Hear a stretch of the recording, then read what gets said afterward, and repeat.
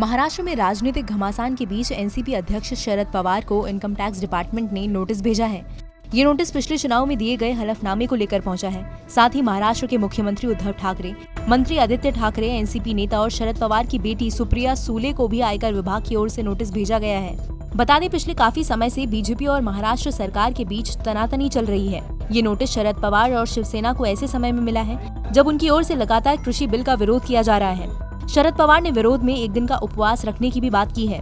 कृषि बिल पर सीनियर नेता शरद पवार ने केंद्र सरकार पर निशाना साधा था। शरद पवार ने कहा कि सांसदों के निलंबन का फैसला गलत है। शरद पवार ने कहा कि कृषि विधेयक को लेकर चर्चा करना जरूरी है। विपक्ष के सदस्य चर्चा की मांग कर रहे हैं। बता दें कि कृषि बिल पर हंगामे के बाद विपक्ष के 8 सांसदों को राज्यसभा के सत्र के लिए निलंबित कर दिया गया था।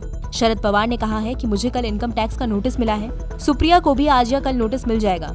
अच्छी बात है कि सभी संसद सदस्यों में हमें ही नोटिस मिल रहा है और हमें ही चुना जा रहा है। कुछ लोगों को हमसे अधिक प्रेम है, इसलिए नोटिस मिल रहा है। बताया जा रहा है कि नोटिस पाने वाले नेताओं ने चुनाव के समय चुनाव आयोग को जो हलफनामा दिया है उसमें कई जानकारी गलत भरी है और कई अधूरी जानकारी भी दी गई है।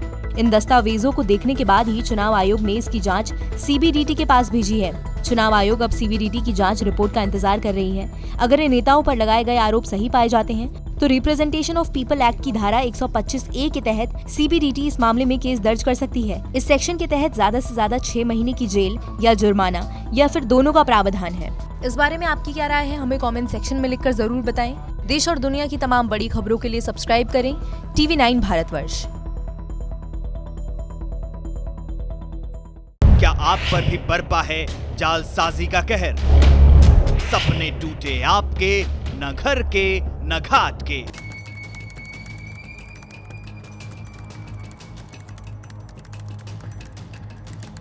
देखिए लूट घर हर रात 9:30 बजे। फिक्र आपकी,